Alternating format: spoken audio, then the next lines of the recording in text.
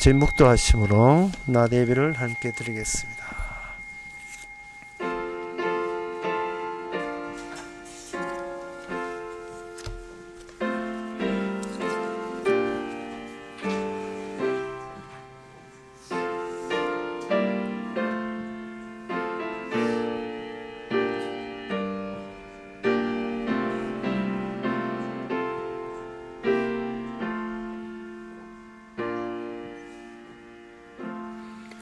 전능하사 천지를 만드신 하나님 아버지를 내가 믿사오며 그 위아를 우리 주 예수 그리스도를 믿사오니 이는 성령으로 잉태하사 동전 마리아에게 나시고 본디오 빌라도에게 고난을 받아사 십자가에 못 박혀 죽으시고 장사한 지 사흘 만에 죽은 자 가운데서 다시 살아나시며 하늘로로사 전능하신 하나님 우편에 앉아 계시다가 저희로서 산자와 죽은 자를 심판으로 오시리라. 성령을 믿사오면 거룩한 공예와 성도가 서로 통하는 것과 죄를 사하여 주시는 것과 몸이 다시 사는 것과 영원히 사는 것을 믿사옵나이다. 아멘.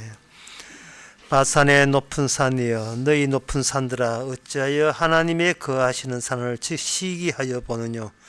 진실로 여호와께서 이 산에 영원히 거하시로다.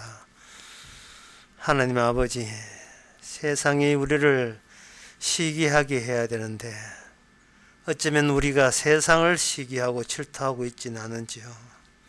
우리가 함께 있는 하나님이 얼마나 대단한 분인 것을 말씀을 통해서 분명히 할 수 있는 귀한 시간 되게 하옵소서. 예수님의 이름으로 기도합나이다. 아멘. 교동문 46번 합시다.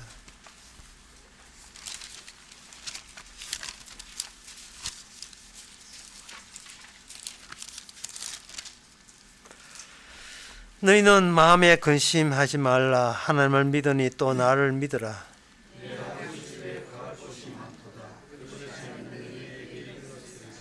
내가 너희를 위하여 처소를 예비하러 가노니 가서 너희를 위하여 처소를 예비하면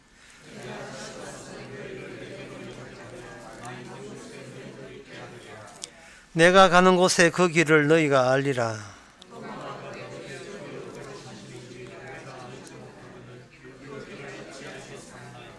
예수께서 가라사대 내가 곧 길이요 진리요 생명이니. 아멘. 자리에 앉아서서 찬송가 246장 합시다.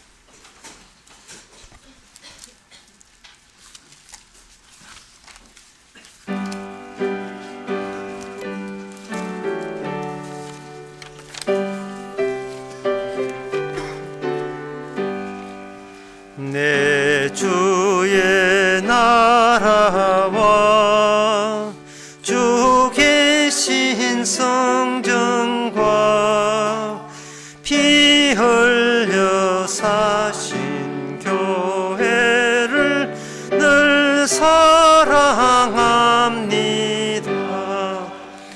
내 주의 교회는 전성과 같아서 눈동자같이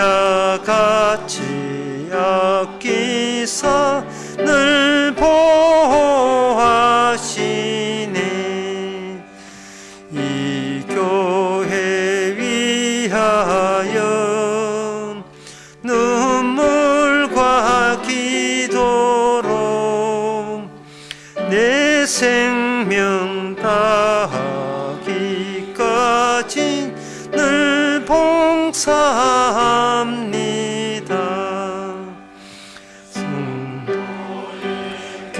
교제와 교회의 생활과 구주와 맺은 언약은 늘 좋아합니다.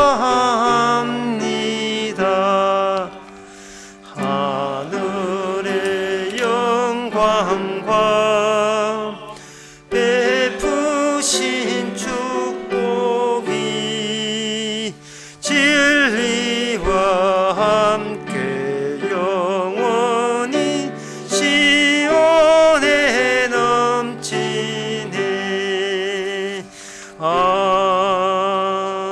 아멘. 이 시간 다 함께 기도하실 때 변재균 성도님 기도하시겠습니다.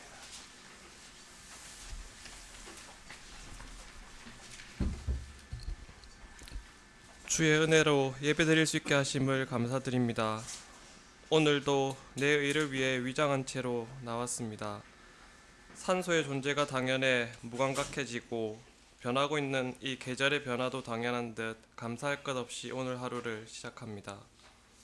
나의 진심은 내가 좌절되지 않고 쾌적하게 살아가기를 바라지만 나의 죄가 드러나지 않고는 치료될 수 없사오니 성령님의 지적으로 들추어내 주시기를 빕니다.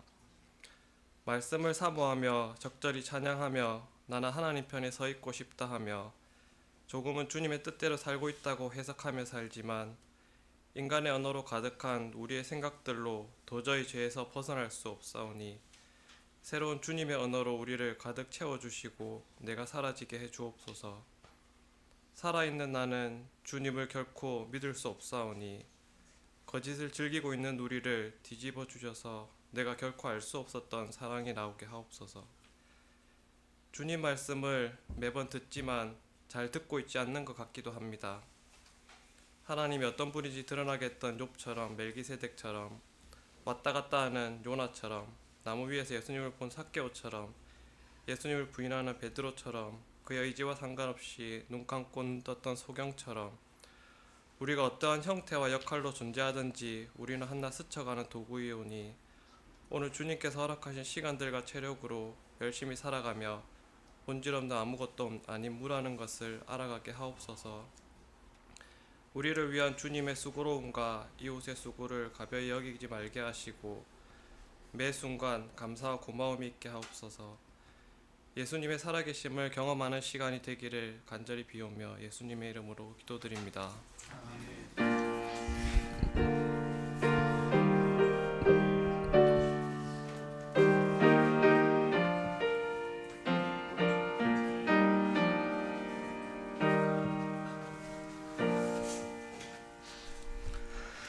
이 시간 광고 시간입니다.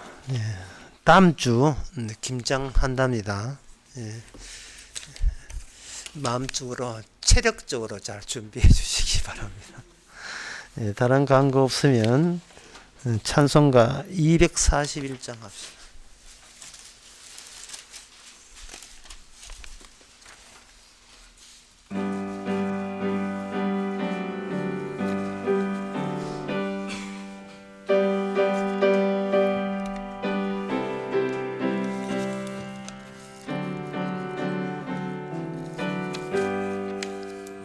하나님 아버지 주신 책은 귀하고 중하신 말씀일세. 기쁘고 반가운 말씀 중에 날 사랑한단 말 참 좋도다. 주 나를 사랑하시오니 즐겁고도 즐겁도다. 주 나를 사랑하시오니 나는 참 기쁘다. 구속의 은혜를 저버리고 어긋난 땅길로 가다가도 예수의 사랑만 생각하면 곧 다시 예수께 돌아오리. 주 나를 사랑하시오니 즐겁고도 즐겁도다. 주 나를 사랑하시오니 나는 참 기쁘다. 구주의 영광을 바라보며 예수의 사랑을 찬양하리. 영원히 찬양 나의 노래.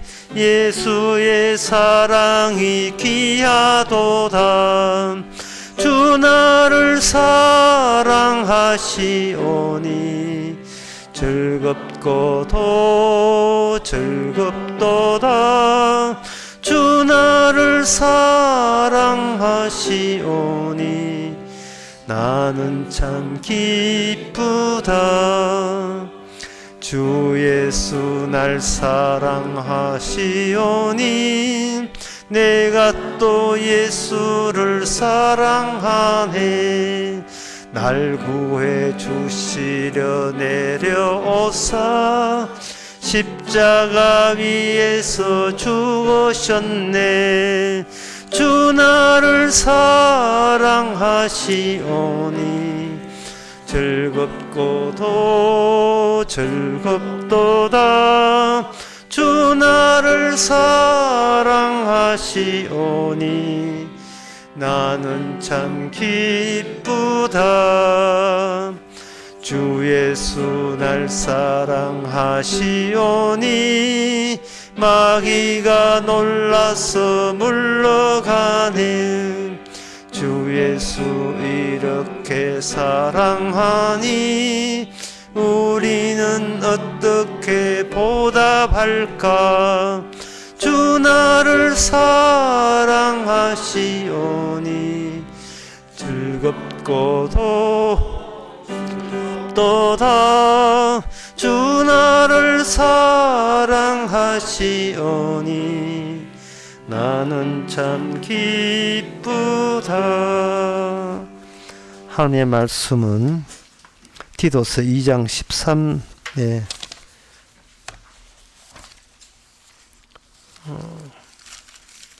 디도서 2장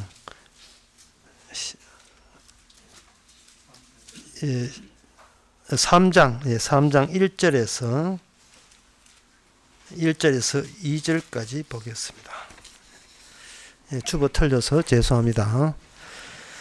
너는 저희로 하여금 정사와 권세 잡은 자들에게 복종하며 순종하며 모든 선한 일에 예비하게 하며 아무도 회방하지 말며 다투지 말며 관용하며 범사의 온유함을 모든 사람에게 나타낼 것을 기억하게 하라. 아멘. 여기 권세 잡은 자, 권세가 나오는데 이 권세가 두 종류의 권세가 있습니다. 두 종류의 이 세상에 두 종류의 권세가 나타나는 것은 그 권세와 권세 사이가 서로 끊어져 있고 연결되어 있지 않다는 것을 전제로 하는 겁니다. 권세가 연결되어 있으면 이게 두 권세가 아니고 하나의 권세니까요. 이 두 종류의 권세는 두 몸에서 나옵니다.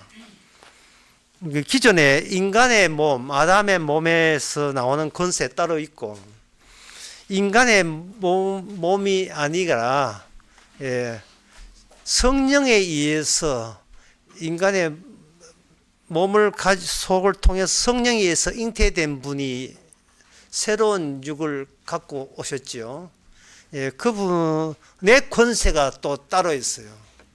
그래서 요한복음 8장에서 예수님께서는 분명히 이야기했습니다. 너희는 땅에서 났고 나는 하늘에서 났다. 하늘에서 났다는 것과 땅에서 난 것의 그 차별성이 그런 말씀 하시는 때는 예수님께서 아무 권세가 없는 것처럼 보입니다. 왜냐하면 한 몸으로 오셨고 12제자와 함께 있었지만 12제자가 어떤 권세를 펼칠 그런 형편도 되지를 못했습니다. 그래서 그 사람들이 예수님을 보면서 말하는 것은 굉장히 권세 있는데 실질적으로 이 세상에 영향력은 별로 없네라고 해서 가볍게 다루기 시작했지요. 예수님께서 산상석을 끝나고 난 뒤에 제자들이 그 말씀의 권세에 대해서 놀라면서 세상에 이런 권세가 있느냐 이렇게 이야기했습니다. 그리고 그 마태복음 22장 그 24절에 보면 그 예수님께서 계속 활동을 하니까 그 당시에 제사장들 장로들이 나와서 예수님한테 이런 질문을 했습니다. 네가 무슨 권세로 이런 일을 하느냐? 누가 이 권세를 내한테 주었느냐? 라고 질문을 합니다. 할 때에 도로 예수님이 그 질문한 자에게 도로 질문을 하죠. 세례 요한의 세례가 어디서 왔느냐? 세례 요한은 누구 권세로 저렇게 세례를 주었지? 라고 그 반박을 하게 돼요. 그 말은 이미 세례 요한이 이 땅에서 제거됐다는 것을 전제로 하는 겁니다. 세례 요한이 세례 준 사람이 죽었는데 그 죽은 이 세례 요한을 죽게 한 데는 기존의 권세가 자기의 속성과 본색을 드러냈기 때문에 세례 요한을 살해했습니다. 사형시켰습니다. 잔인하게 죽였습니다. 따라서 이 두 권세가 사이좋게 있는 것이 아니고 대립 관계에 있다는 사실을 세례요한이나 예수님을 통해서 보여지게 됩니다.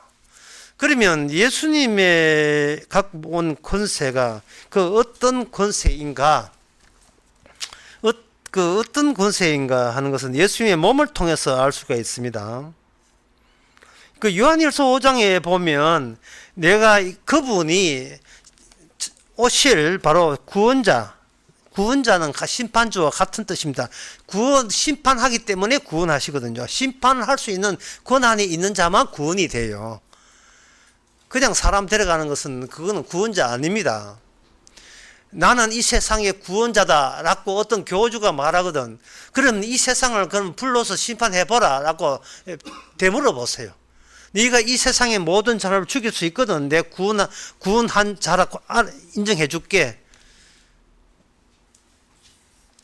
사람들은 자꾸 구원만 이야기하고 심판할 능력도 없으면서 구원을 언급하는 것은 이거는 거짓말입니다. 심판할 수 있기 때문에 구원하는 거예요. 우리를 심판할 수 있기 때문에. 구원을 받는다는 것은 주님의 심판이 먼저 우리를 완전히 사발라 버린 거예요. 우리를 완전히 통제하고 통치할 때, 심판이 우리를 전적으로 압제할 때 비로소 거기서 구원이라는 의미가 비로소 나오는 거예요. 거기서 내가 알아서 구원받을 것 같으면 그건 뭐 때문에 구원주가 필요합니까? 필요 없지요. 요 근래 여러 번 이야기했습니다. 제자들이 처음에 예수님을 주로 구원주로 생각 못하고 랍비로 스승으로 생각했다는 점이에요. 물론 누구나 처음에는 그럴 수 있지만 나중에 성령 받고 난 뒤에 내가 한 수 배울 분이 아니구나. 저분은 우리의 모든 것이 심판 받을 수밖에 없는 육신을 우리 부모로부터 나왔다는 사실을 일깨워주는 분, 그분이 바로 우리 주님이십니다. 네가 뭔가 잘못한 게 아니고 처음부터 태어날 때부터 심판받기 위해서 태어난 거예요. 그러니까 플리즈 제발 자신의 행동과 과거의 행동, 앞으로 제발 행동에 대해서 평가하지 말고 따지지 마세요. 이거는 바보짓입니다. 근데 행동 똑바로 했으면 행동 쪽발한 게 인간한테는 없어요. 우리는 우리를 평가할 자격도 권한도 없습니다.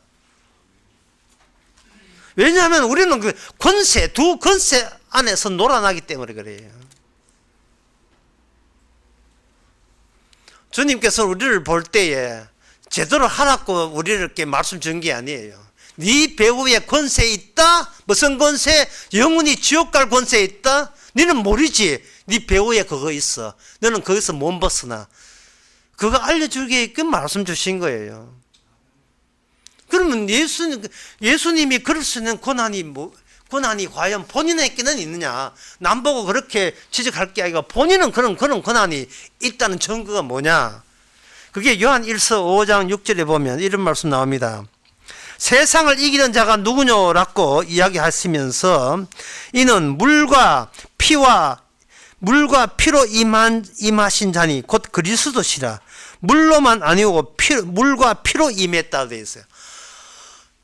이 요한일서 이 말씀은 들어도 무슨 말인지 왜 육신이 이제 DNA로 임했다 이러면 얼마나 알아듣기 쉽습니까? 근육질로 임했다, 단백질, 탄수화물, 지방질로 구성된 뭐 이런 이야기하면 얼마나 쉬워요. 왜 물과 피로 임했다는 말이 왜 이 말씀이 왜 필요한가요? 무슨 이 특수한 육신이 있기에 그런 말씀을 하냐? 이게 완전히 예수님이 갖고 있는 육은 이게 분해됨으로써 권세가 나오는 거예요. 분해용이에요. 이 말은 뭐냐? 모든 인간의 분해되면 흙이 되잖아요. 그분은 그게 아니고 물과 피로 된다는 겁니다. 요한복음 19장 34절에 보면 그 중에 예수님 십자가 달릴 때에 일어난 현상 중에 그 중에 한 군인이 십자가 창으로 옆구리를 찌르니 곧 물과 피와 물이 나오더라. 물과 피가 나오더라. 그러니까 인간의 외부에서 서서히 시간이 지나서 부패할 때는 흙이 되지만 살아있는 몸이에요. 예수님이 죽어서 죽은 게 아니고 살아있는 몸으로서 그냥 죽으신 거예요. 살아있다는 것은 살아있다는 건 창으로 찌를 때는 확인될 수 있는 겁니다. 그 안에 살아있는 권세가 있었던 거예요.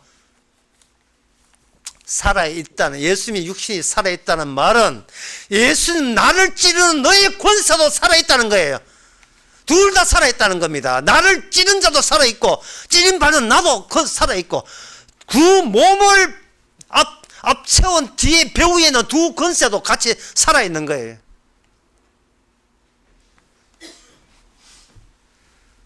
그 물과 피가 나올 때 최종적으로 물과 피 해놓고는 곧 예수 그리스도다. 물로만 아니요 물과 피로 임하셨고 증거하시는 것은 성령이시다.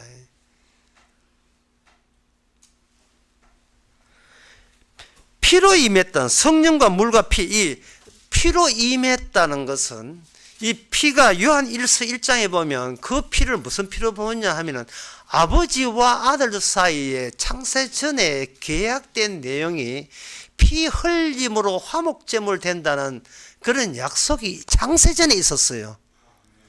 요한 1서에 1장에 보면 나옵니다. 그 아들 예수의 피가 우리의 모든 죄에서 깨끗하게 하실 것이요 라고 되어 있어요. 근데 이 말은 뭐냐 하면 우리가 지은 죄를 우리가 몰라요. 우리는 기억의 한계이기 때문에. 그런데 우리가 애초부터 죄라는 것은 예수님의 피와 연결될 때 애초부터 피 흘려야 씻음받는 죄를 지닌 채 이 땅에 태어난 겁니다.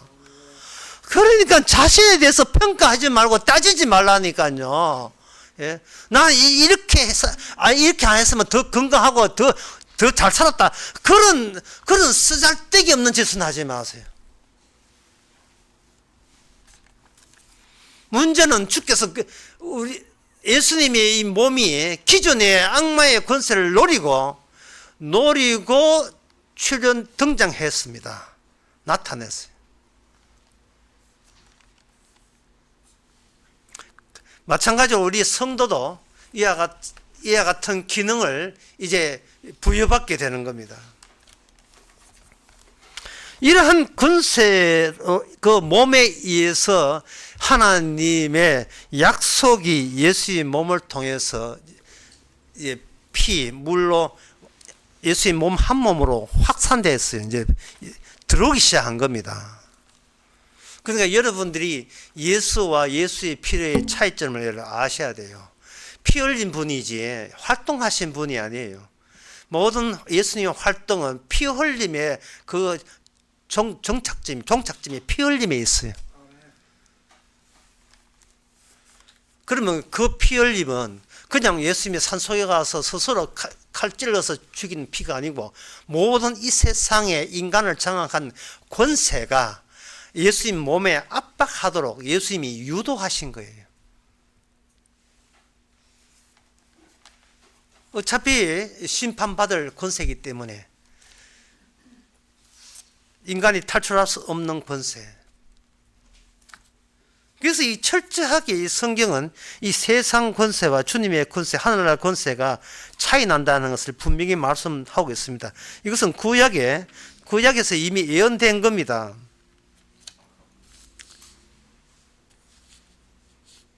예레미야 17장 그 5절에 보면 이런 말씀이 있습니다. 나 여호와가 이같이 말하노라. 뭐로? 사람을 믿으며 혈육으로 그 권력을 삼고 마음이 여호와께 떠난 그 사람에게 저주가 있을 것이다. 그러니까 이 모든 말씀을 다 줄이시기 바랍니다. 다 줄이고 저주가 있을 것이라 이거 하나만 기억하면 돼요. 예. 왜냐하면 사람은 누굴 믿게 되는가? 사람을 믿을 수밖에 없어요. 눈에 보이는 게 사람이니까. 사람이 사람 믿지 그러면 누굴 믿어요? 주의 뜻은 이겁니다. 사람 좀 믿지 말라는 거예요. 사람 안 믿으면 못 사는데요. 같은 혈육을 안 믿으면 못 살아요. 인간은 더불어 사는 것이고 그게 정치적 동물이에요. 아리스토텔레스가 이야기한 것처럼 인간은 사회적 동물, 정치적 동물이라는 말이 그 뜻이에요. 인간은 홀로 못 살게 되어 있습니다. 더불어 살게 되어 있어요. 그런데 그 짓을 하지 말라는 거예요. 왜? 그게 저주니까. 결국 이 예레미야의 예언은 우리 인간으로 하여금 어떤 대책도 없게 만들어버립니다. 그 이유가 예레미야 그 17장 9절 나옵니다. 만물보다 거짓되고 심히 부패한 것은 마음이라. 누가 능히 이를 알리요. 심히 썩었고 더러운 것이 인간의 마음이다. 이것도 충격적인데 그보다 더 충격적인 것은 이걸 아는 사람이 없다는 거예요. 아는 사람이 없으니까 자꾸 남을 믿는 거예요. 사람들이 성경을 이렇게 보잖아요. 교회와 성경을 보면서 제일 제가 보기에 큰 착각이 뭐냐 하면은 자기를 용의 선상으로 놓지 않고 성경을 봐요. 자기가 성경에서 말하는 그 죄인이라는 걸 지적하는 그 말씀을 자기가 용기장 아니라고 단정 짓고 성경을 보는 거예요. 나만 빼주세요. 뭘 빼줘? 나만 천국 가게 해달라. 벌써 마음 심보가 더러운 심보예요. 마음보다 그게 바로 마음보다 더러운 거예요. 그게 부패한 거예요. 부패한 거. 그게 썩었으니까 그런 아이디가 나오는 거예요. 나만 빼주세요. 나는 저들과 같이 안 하고 바리새인이 주장한 것처럼. 그래서 이제 교회 나와서 이제 우샤하고 같이 더불어 같이 친교하고, 친교하면 구원 받습니까? 둘 다 부패한데.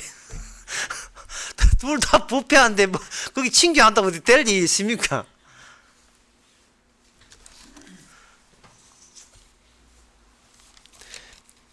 그러면 주님이 도대체 이렇게 과격한 말을 하시는 주님의 대책이 뭐냐? 주님의 대책은 예레미야 10장 23절에 나옵니다. 뭐라고 되어 있냐 하면 이런 말씀이 있어요.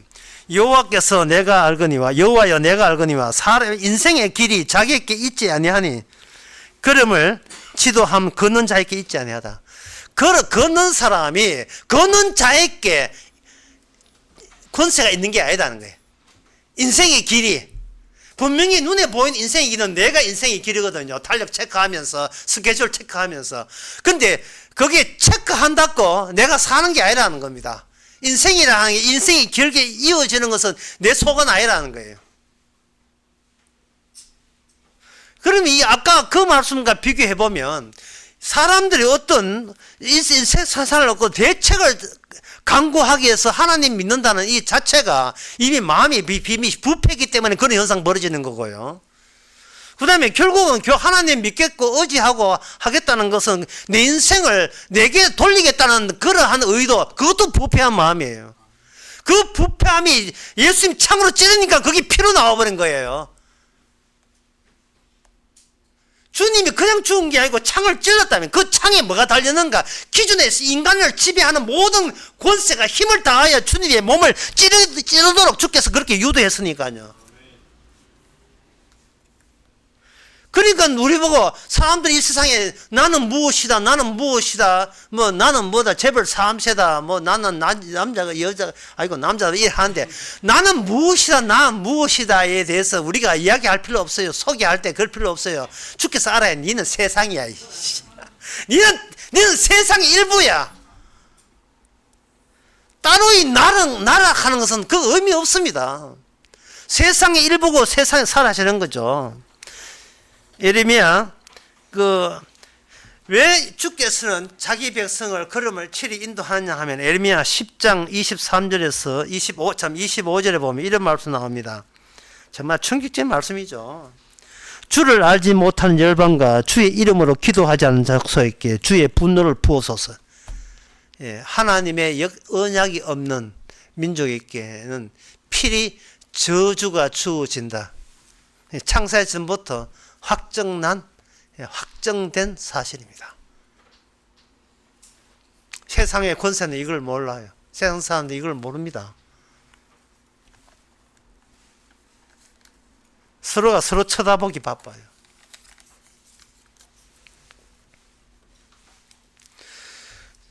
자, 그렇다면 오늘 본문, 다시 오늘 본문으로 돌아와서 본문에 뭐라고 하냐 하면은 세상 권세에 대해서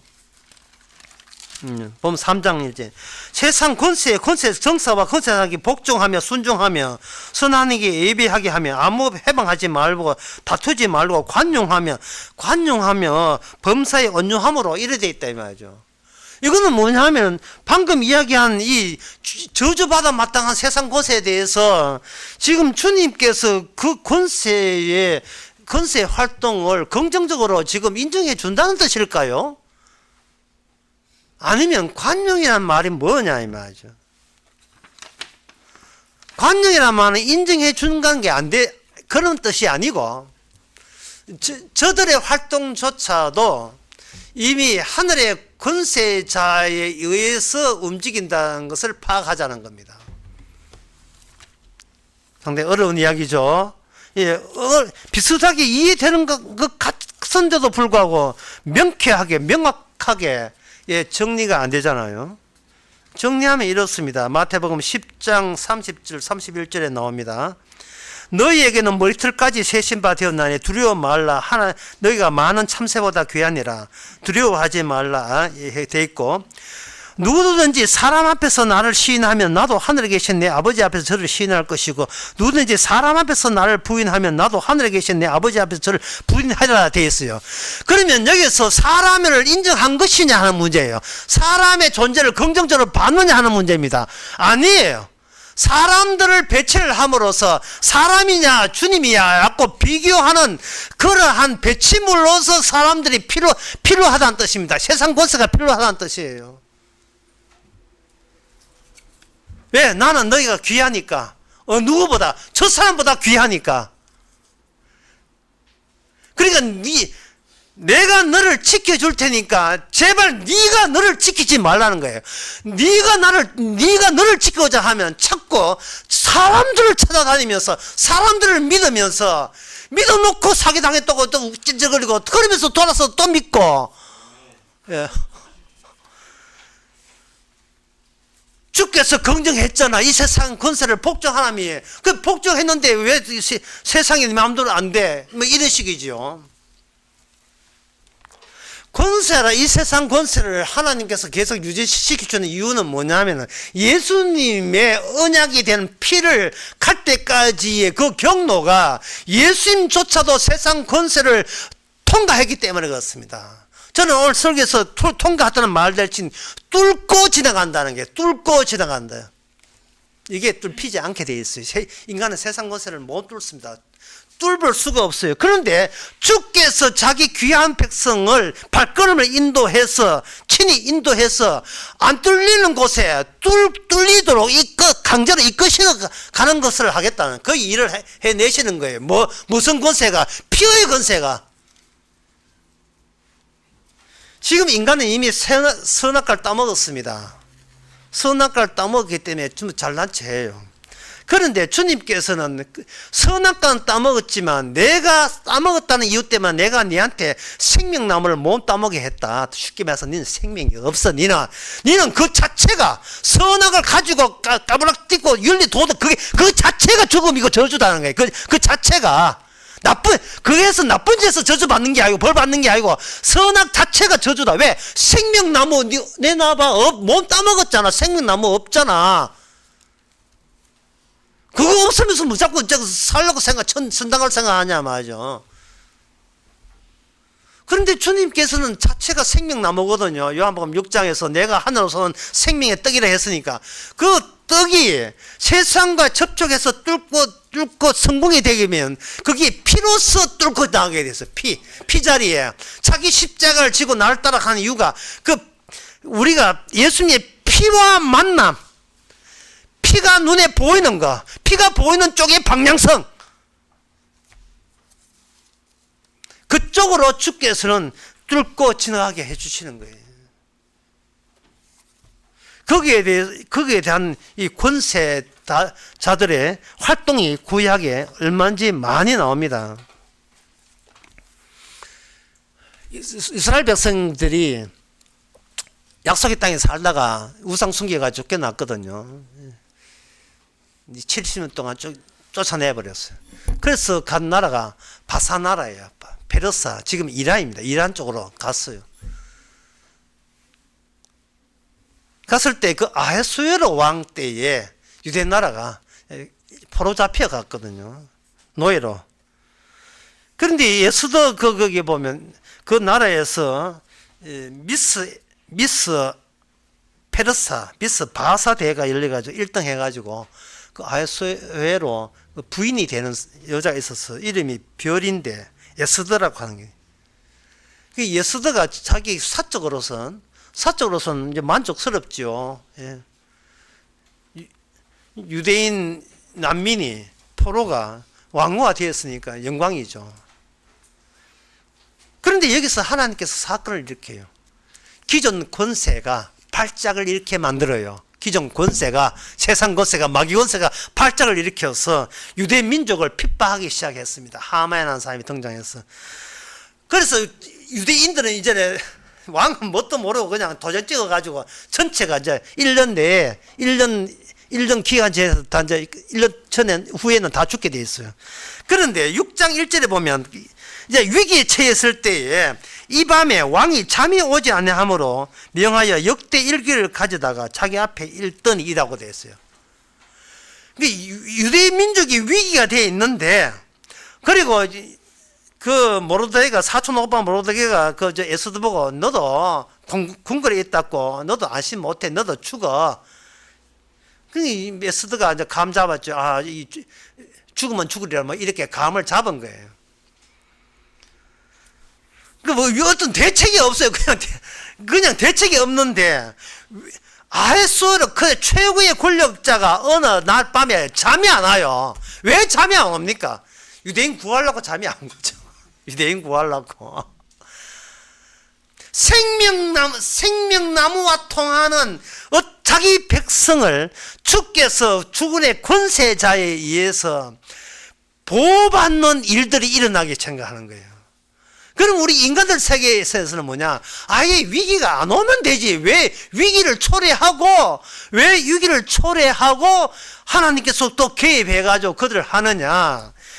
위기 없는 구원받은 자는 없어, 이 땅에. 예수 그리스도의 물과 피, 그게 죽음이죠.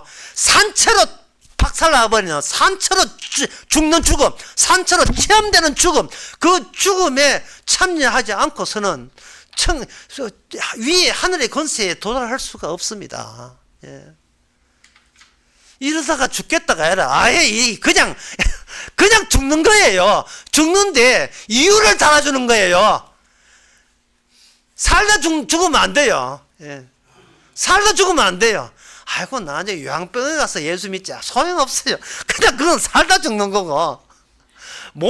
그냥 죽어가면 죽는 거, 그거 말고, 생생하게 살아있으면서, 왜 내가 죽어야 돼? 라는, 그러한 인식을 품으면서, 그런 이 세상에 대한 권세, 내가 사람 믿고 살았던 모든 것이 허망하다는 것을 온몸으로 느끼는 죽음을 맞아야 돼요.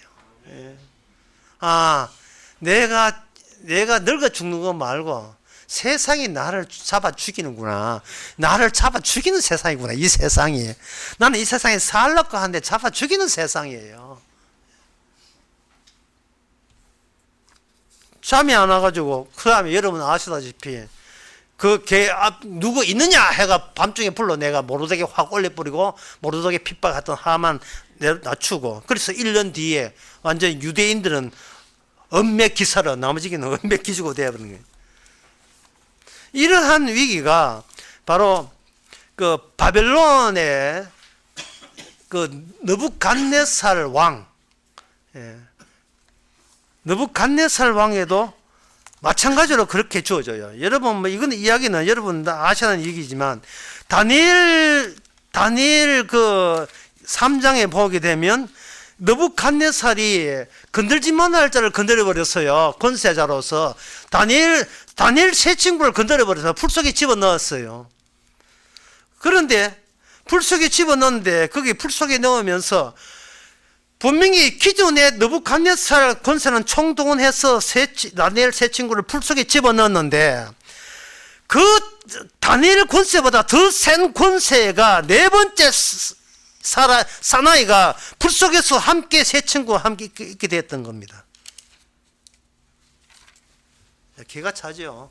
야, 깜짝 놀랐습니다. 야, 내 위에 또 있구나. 내 위에 또 누가 있다는 것을 발견한 거예요. 다리오 왕 때에 또 신하들이 다리오 왕 최고 권세자 아닙니까? 그 다리우스 왕 때에 다니엘이 바벨론에서 바사나로 바뀌었어요. 거기에서 우상에게 절하지 않고 한 자는 전부 다 그냥 사자골에 집어넣자는 법을 만들어 버렸어요. 그러니까 일종의 뭐냐면 탄핵한 거죠. 다니엘 탄핵. 갑자기 정치적 발음이 나오니 법을 그래 만들어 버린 거예요. 다니엘이 정기적으로 그 기도한 거 알고 하는 거예요. 공부하고 난 뒤에 병 하고 꽹가리 하고 할 때 전부 다 우상에게 절을 해야 되는데 다니엘은 물을 활짝 넣나. 물 활짝 넣고 기도해 버렸어요. 뭐 사진 찍고 난리 났죠. 이제 빼도 박도만 정도 잡았다고. 다니엘 사자굴에 들어갔습니다. 위기에 있지요. 그런데 하나님께서 사자들의 입을 봉함으로써 다리오 왕의 명령체제, 인간들이 도장 찍는 이 권력자가 최고 사인하는 이 사인이 의미 없이 허망한 것으로 만들어버린 거예요. 왜 그렇게 하시는가? 하나님의 위의 권세를 봤을 때는 하나님께서 이 세상을 주와 그리고 거기에 주 따라 움직이는 종의 관계로서 이미 하나님께서 이 창조 세계를 그렇게 만들었어요. 골로새 1장 16절 보이는 것과 보이지 않는 모든 것들이 예수 그리스도를 위해서 만들어진 거예요. 종이에요. 이 종과 주인의 관계를 이 악마가 이게 반대로 바꿔놨거든요. 그래서 그 반대로 바꾼 것을 반대로 바꾸기 위해서 하나님께서는 히브리인들을 바로의 나라, 애굽 나라의 종으로 팔려가게 만들었어요. 아브라함의 하나님이죠. 이삭의 하나님이요. 야곱의 하나님이죠. 그러면 그 자손들은 바로의 종이 된 거예요. 분명히 아브라함의 복된 후손들인데 애굽 나라에 노예가 된 겁니다.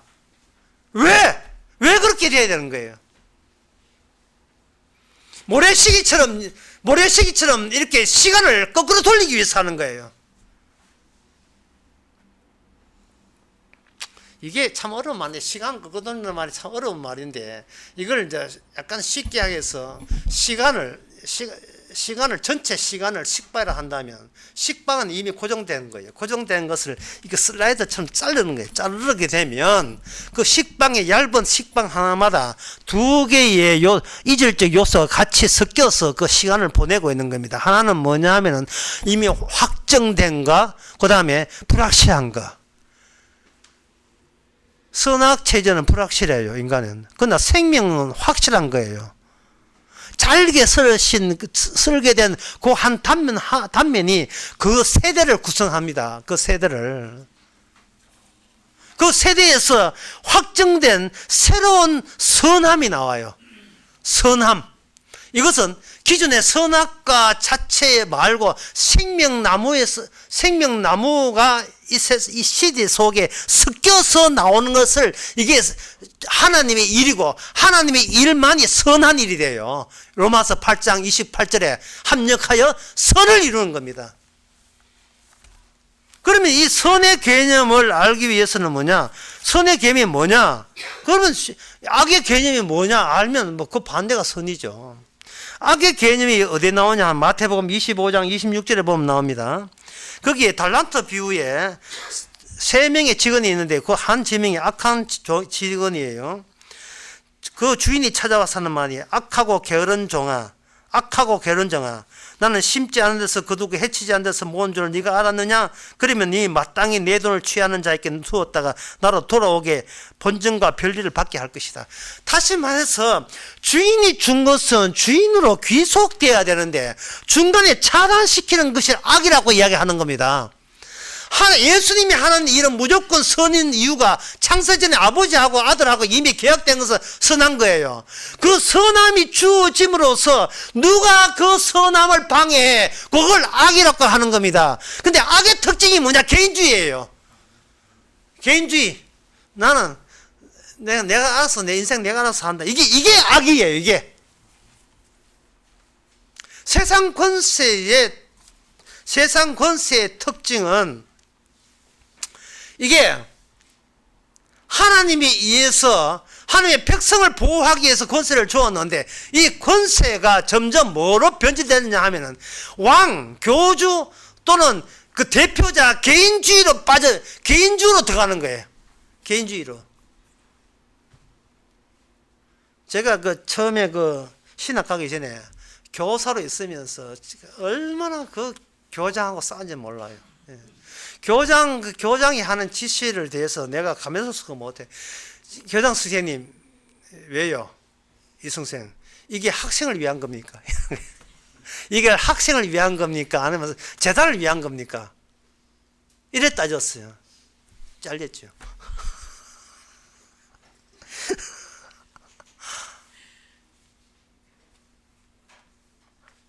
모든 학교 시책이 학생들 편에 서서 해야 되는데, 이게 제자이나 선생님 편의를 위해서 해버리면 이거는 학교가 아니에요. 그래서 이 학교라는 권세가 나쁜 건 아닌데 이게 변질이 되는 거예요. 그래서 요한계시록에 이 국가나 이 권세를 짐승이라고 한 거예요. 개인주의예요. 주님은 생기러 오신 분이 자기 몸을 주러 온 거예요. 근데 모든 개인은 남 죽이고 지 몸 하나 건사하기 위해서 살아가고 있습니다. 내 혼자 밥 먹고 살면 되지. 그게 부패한 마음이라니까요. 그게 부패한 마음이에요. 그게 천하보다 부패한 마음이에요. 심지어 그걸 몰라요, 본인이. 자꾸 남들도 그래 사는데 왜 사람을 믿습니까? 피 흘린 주님 앞에 서지 않고. 인간에게는 바르게 산다는 게 없습니다. 선한 게 아예 없어요. 그래서 주님께서는 이 악한 인간을 데리고, 자기 백성을 데리고 선을 가지고 뚫고 나가는 그 작업을 하시는 겁니다. 그걸 어떻게 하느냐 하면은 환경 가지고 인간을 다뤄요. 종과 주인 사이를 거꾸로 뒤집기를 하는 겁니다. 뒤집기를 할 때에 그 히브리인들에게 뭘 주느냐 하면은 이미 모든 것이 완료된 것을 줘버려요. 완료된 거. 만나. 이 만나가 히브리인들은 그걸 마시는 이게 무엇이냐? 이게 뭐 과자 같기도 하고. 히브리인들은 그걸 과자로 먹는데 주님께서는 신명기 8장에 그걸 말씀으로 보는 거예요. 말씀으로. 그런데 이 말씀이 뭐냐 하면 이 말씀이 스스로 광채를 내요.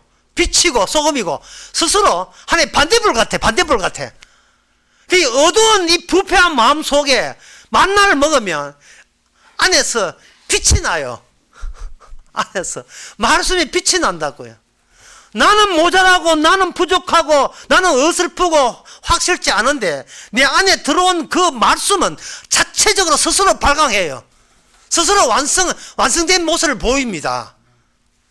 그래서 어떻게 주님께서는 주인과 종것을 바꾸느냐 하면은 아예 그 자기 아들로 종된 것을 자기 아들로 삼냐 하면은 죽었다가 살려버려요.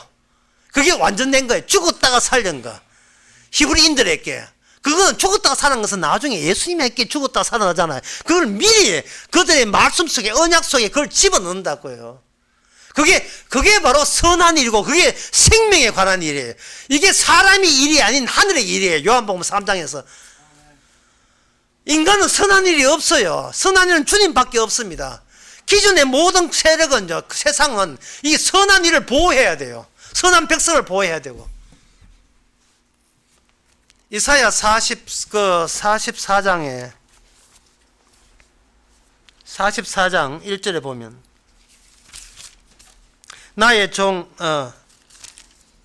44장에 45장 1절에 나 여호와는 나의 기름 부은 고레스의 오른손을 잡고 열국으로 그 앞에 항복하게 하며 열왕들의 허리를 풀며. 이게 뭐냐 하면 고레스라 해서 바빌론 그 다음에 바사나라 오는데 그 고레스 왕이 이스라엘 백성들로 하여금 다시 너가 본국으로 돌아가 하는 그러한 분명히 이방 권세예요.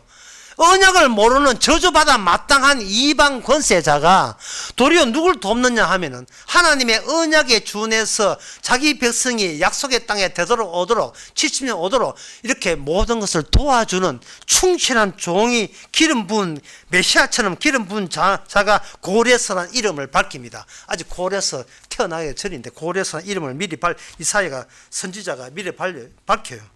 이사야 44장 28절에 보면 고레스에 대해서 이르기를 그는 나의 목자라 나의 모든 기쁨을 성취하리라. 예루살렘에 대하여 이르기를 중건되리라. 불에 타버린 성전 위기죠. 하지만 고레스 이방 민족을 권세자를 통해서 다시 재건된다는 겁니다.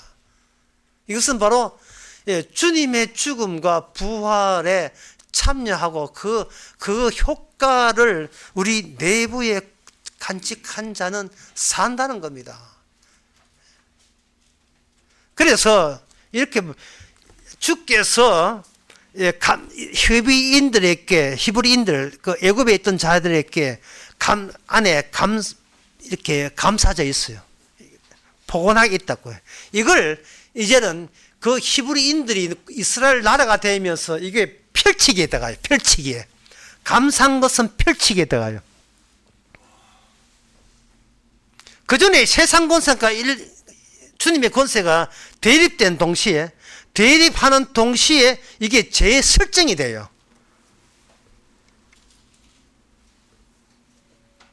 이게 무슨 말이냐 하면 옛 것은 새 것에 의해서 죽은 것이고 새 것에 의해서 옛 것으로 다시 옛 것이 옛 것으로 부활되는데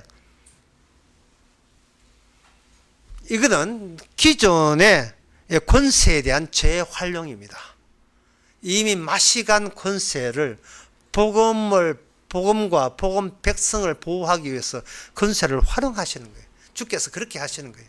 재설정하는 겁니다. 그 재설정에 죄 많은 우리도 같이 들어가 있어요. 예수님의 성령으로서 복음을 받은 사람은 우리의 이 아담의 죄성, 내 밖에 이기주의, 내 밖에 모르는 것을 주님의 복음을 위해서 재설정이 되는 겁니다. 그래서 매일매일 삶이 아주 즐거운 죄 짓는 삶이 되는 겁니다. 즐거운 죄 짓는 삶.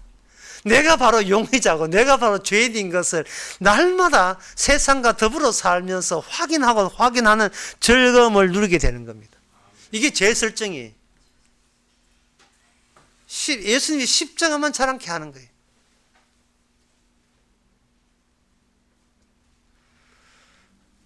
그러니까 이것은 기존에 철저하게 하나님의 자기 백성만을 골라서 가려내는 주님의 권세의 방식이에요.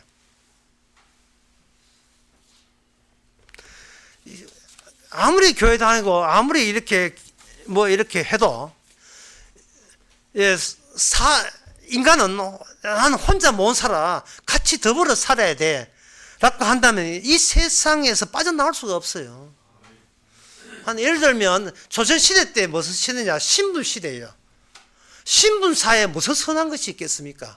날 때부터 종으로 태어나고 날 때부터 서자로 태어나가지고 아버지를 아버지라 부르지 못하고 형을 형이라 부르지 못하는데 해봐야 테러범, 홍길동이란 테러범밖에 들 게 없잖아요. 그런데 신분사회 때 어떻게 선한 것이 있을 수 있느냐? 그리고 옛날 조선시대 때는 스게 치마라는 걸 썼어요. 스게 치마. 여자들이 밖에 나갈 때 쓴다고요. 지금 스게 치마 생각하면 난리도 아닙니다. 표 안 나옵니다. 이게. 매 시대마다 확정된 것과 불확실한 것을 겸하여서 보여주는 거예요. 앞으로 몇십 년 후에 50년 후에 어떻게 될지 몰라요. 또 무슨 희한한 문화가 될지 몰라요. 그러나 한결같은 것은 뭐냐면 내가 어느 시대든 내가 죄인이라는 거, 심히 마음에 부패하다는 거. 그래서 부패하기 때문에 살기 위해서는 사람을 믿을 수밖에 없고 권세에 복종할 수밖에 없다는 거예요. 지금 그 이스라엘 가자 전쟁해가지고 가자 지역 건물 반 날라갔어요. 반이 없어요. 반이 없다고요. 그러면 거기에 나오는 국민들이 마땅히 인터뷰를 할 때, 방송에 인터뷰 할 때 마땅히 나올 말이 뭐냐면은 우리 하마스 정권이 잘못되었어요. 그 말 한마디 나와야 되지 않습니까? 이렇게 안 나와요. 참 희한하죠. 그렇게 망하면서도 이스라엘 나쁘대요. 자기 안 나빠요. 자기를 용의 수상에 놓지를 않습니다. 이 권세의 설정이 안 돼서 그래요. 그런데 성도는 어떤 일이 나도 그냥 어떤 상황이 나더라도 그냥 죄인이기 때문에 그냥 받는 거예요. 죄인이기 때문에 뭐든지 할 수 있어요. 뭐든지. 평가하지 않고 자기에 대해 평가하지 않고 자기에 대해서 따지지 아니하고 뚫고 지나가는 것은 주께서 알아서 뚫고 지나가는데 그 주님이 이런 경로를 밟았구나 하는 거 아는 거예요. 육에 속한 사람은 거기 없어요. 소위 그 세속을 떠나서 돌을 닦는다는 그 중들 이게 머리 깎고 여자까지 머리 깎았으니까 얼마나 자기로서는 큰 용기를 낸 거예요. 그런 막상 그 동네에 가게 되면 그 동네 나오는데 또 군기 똥군기 군기라는 게 있어요. 주지스님이 쭉 불러놓고 여기 밥 먹으면서 밥 다시 섞어 먹는 자 나와. 다시마 섞어 먹다 이 말이야. 너 머리 믿었네. 질레토 믿어서 이거예요. 머리 상처가 없네. 여기 질레트 머리 민놈 나와. 몇 중날, 6중날 밀어서 내 캐치 2년차 이상 돼야 6중날로 믿는다는 거야. 내가 옛날에는 말이야, 나 때에 처음에 올 때는 면도칼로 도르코로 밀어서 이게 어디 질레트 6중날로 밀고 있어. 어제 108배 하면서 무릎 보배한 놈 나와. 니는 108배 하면서 102에서 103은 그냥 뛰더라, 니. 머리에 피부 보호제 발로는 나와. 연당 축제 때 가발 쓴 놈 나와. 너 밥맛 없다고 서버웨이 네가 배달민족 시켰더라. 베지터블로.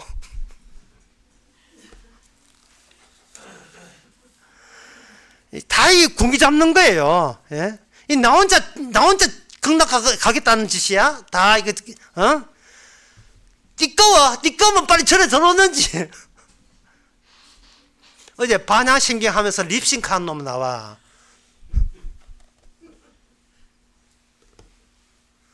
이거 못 참으면 속설을 꺼지세요. 내가 이걸 체크할 짬이야? 뭐 이런 식으로. 여러분들이 이게 소위 성스럽고 거룩한 절에서 일어나는 일, 물론 코미디에서 나왔지만 어디 성당에는 없는 줄 압니까? 신학교는 없는 줄 알아요. 모든 조직이 없는 줄 알아요. 왜 그것을 허용하느냐? 이 세상은 나 혼자 못 살기 때문에, 나 혼자 살 수 없기 때문에, 나 혼자 사는 세대가 세상이 아니거든요. 세상이 이렇게 만만치 않아요. 자유도 없고 구원도 받고, 이건 무슨 그 환상을 꿈꿉니까?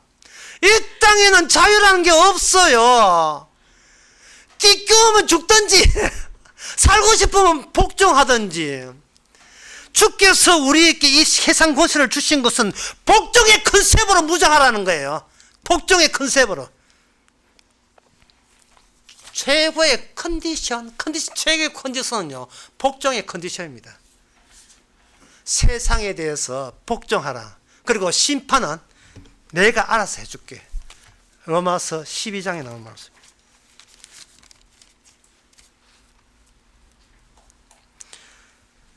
(19장) 내 사랑하는 자들아, 너희는 친히 원수를 갚지 말고 진노하심에 맡겨라. 기록되었으되 원수 갚는 것은 내게 있으니 내가 갚는다. 네가 나대지 말라 말이죠.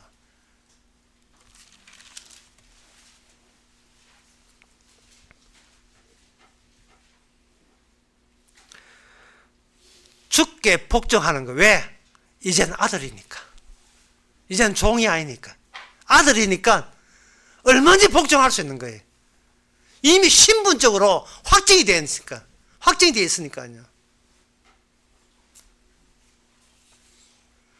종의 특징은 그 사람의 인물 보고 하는 게 아니에요. 종의 특징은 그 사람의 일로 보여줘요. 일로 나타나는 거예요. 일로.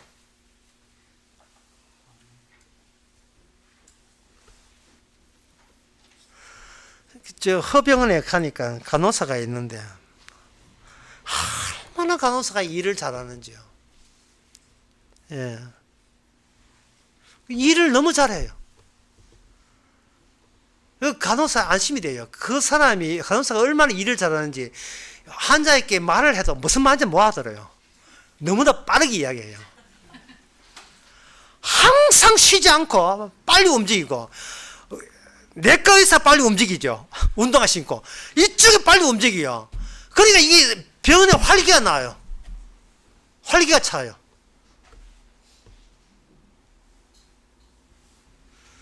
연탄재라 하는 것은, 연탄재는 발로 차도 돼요. 이미 죽은 자에게는. 이 세상 상황이 어떻게 발로 차도, 연탄재는 이렇게 골목이 내는 것은 발로 차는 재미, 스트레스 받을 때 발로 차는 재미로 하는 겁니다. 근데 연탄재가 발로 찼는데, 네가 왜 차? 이렇게 하면 재 아니에요. 안 죽은 거예요. 그렇게 해서 철저하게 성도로 하여금 내가 육이라는 것을 깨닫게 하는 겁니다. 구원받을 수 없는 육이라는 거예요. 내 힘으로 어떤 수완을 부리고 내 힘으로 어떤 노력을 해도 이 세상 권세는 이길 수 없다는 것을 이렇게 계속 느끼게 만드는 겁니다. 여러분, 아이스크림에 보게 되면 특징이 있어요. 아이스크림의 첫 맛과 끝맛이 똑같아요. 뭐 대단한 발견. 코너로는 까자에 첫 아이스크림부터 끝 아이스크림까지 아이스크림 남아있는 한 그 맛은 변함이 없습니다. 우리는 처음부터 마귀의 종이었고 나중에 주님의 종이 되잖아요. 그러나 물론 이제 종이 된다는 말은 이미 아들 되기 때문에 종의 역할을 하는 거예요. 이 출애굽기 4장에 나오는 이 4장 나오는 말, 내가 네 아들이라. 아들인데 이제부터는 네 종으로 사는 거예요. 종이라 하는 것은 하는 기능으로 이야기해 주는 건데, 인물 잘생기고 돈이 있고 필요 없어요. 얼마나 일을 빨리 하는 거예요. 시킨 대로. 어느 정도로 자기에 대해서 평가 안 할 정도로, 자기에 대해서 따지지 않을 정도로 주인이 시킨 대로 그냥 움직이게 하는 거예요. 연탄재가 똑같은 거예요. 종이라, 이게 우리가 마귀의 종이기 때문에 이 땅에 육신으로 살면서 철저하게 뭘 경험했냐 하면은, 내가 죄의 종일 수밖에 없는 이유를 자기에서 매일같이 발견해야 되는 거예요. 그것도 새롭게 발견해야 되는 거예요. 한 시대에서 나는 그 시대가 시키는 대로 움직일 수밖에 없다는 겁니다.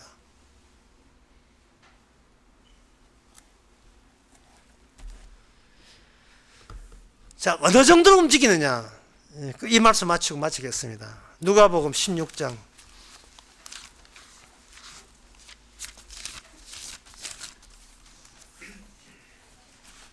16장에 보니 어떤 사람이 회사 일하다가 횡령을 한 거예요. 그러니까 주인이 그걸 알고 네가 몇 달 후에 나가라고 쫓아냈습니다. 그렇게 하는 말이, 내가 3절에 보면 내가 청지기 속으로 이르되 주인이 내 직분을 뺏었으니 내가 무엇을 할꼬? 땅을 파자니 힘이 없고 빌어먹자니 부끄럽구나. 땅을 팔자니 힘이 없고 힘도 없고 빌어먹으려고 하니까 내가 망가진 게 부끄럽고 나머지 게 뭐냐? 사기치는 거 외에는 없잖아요. 그런데 이 사람이 구원을 받았어요. 이 사람이 빛의 세대보다 더 빛나요. 이게 바로 오늘날 성도의 위상입니다. 현상이 현재 이래요. 불의한 청지기가 구원을 받는 겁니다. 이게 기쁜 소식이지 뭐가 기쁜 소식이에요. 갑자기 내가 왜 가면 전해?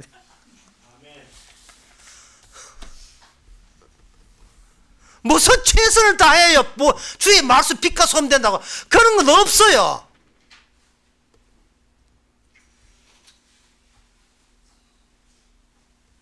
세상은 우리 얼굴을, 잘난 얼굴을 망가진 얼굴로 만듭니다. 왜 그러냐 하면은 주님이 그 망가진 얼굴로 돌아가셨기 때문에. 왜 망가졌는가? 일하신다고 망가졌지. 우리도 일을 하지요. 이 사탄의 지배 아래서. 악마가 우리에게 뭘 요구하고 우리는 어떤 식으로 악마한테 마음 맞춰 줬는지를 이미 아들 된 입장에서 이 권세 아래서 마음껏 복종하시면 그 세상 권세와 우리 안에 있는 말씀 그 틈 사이에서 생명이 나오는 게 선한 것이 나오는 거예요. 그 선한 게 뭐냐? 주여, 나는 죄인입니다. 세리가 기도한 것처럼 나는 죄인입니다. 오직 십자가 외에는 나는 자랑할 게 없다는 것. 이것보다 더 귀한 선한 일 없습니다. 이 일을 위해서 주님께서는 자기 백성을 이 짐승 같은 이 세상 권세에 던져진 겁니다.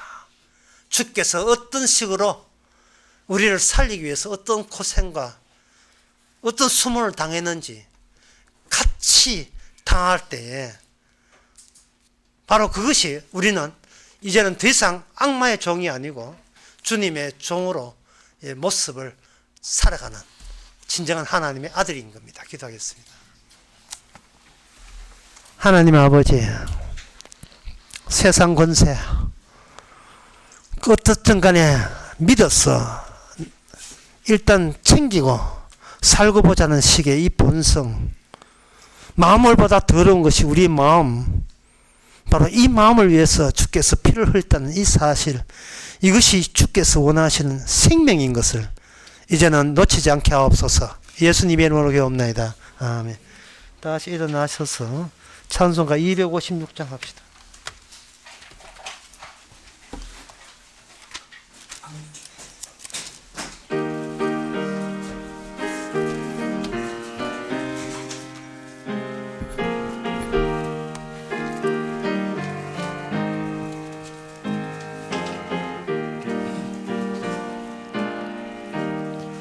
눈을 들어 하늘 보라.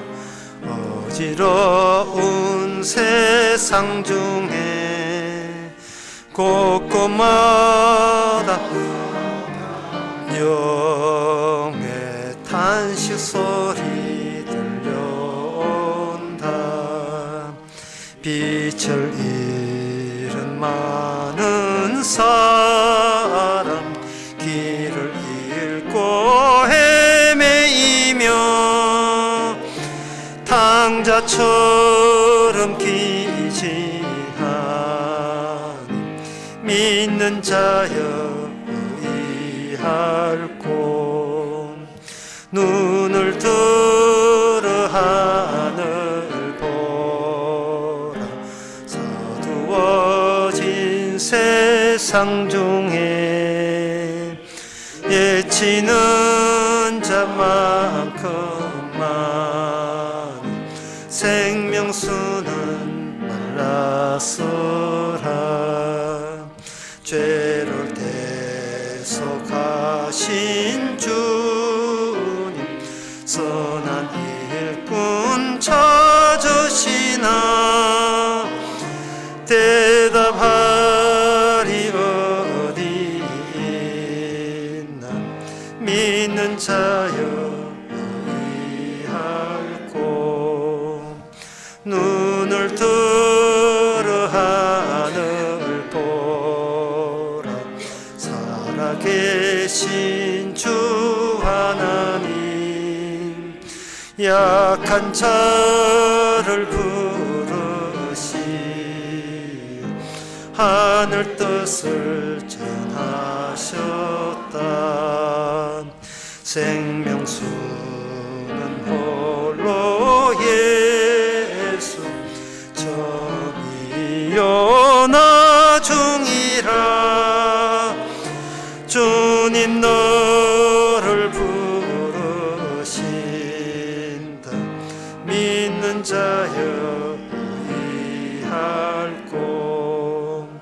눈을 들어 하늘 보라. 다시 사신 그리스도, 만 백성을 사랑하사 오래 참고 기다리셔. 인내하신 우리 구주, 너의 심판하시는 날 곧 가까이 임하는데 믿는 자여 소이할고. 기도합시다. 지금은 우리 주 예수의 은혜와 하나님의 크신 사랑과 성령의 충만하심이 주께 주신 이 현실 세계에 철저히 복종하는 자유를 누리는 모든 성도에게 함께 있을지어다.